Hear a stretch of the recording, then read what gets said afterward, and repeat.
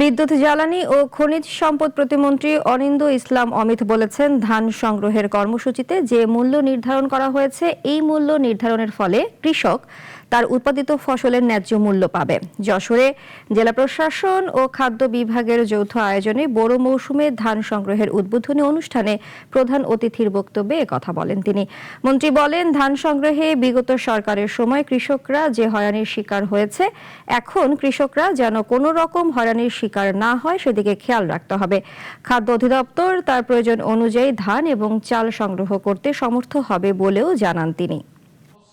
একটা ওজন আছে, সেটুকু আমরা বুঝি, এখানে ময়েশ্চার থাকে, সেই বিষয়গুলো আমরা বুঝি, সেটি সবাই বুঝবে, কিন্তু উদ্দেশ্যমূলকভাবে যেন মাপে কম বেশি করে অসাধু কর্মকর্তা কর্মচারীরা সুবিধা না নিতে পারেন, এটি নিশ্চয়ই এখানে দায়িত্বশীল কর্মকর্তারা খেয়াল রাখবেন।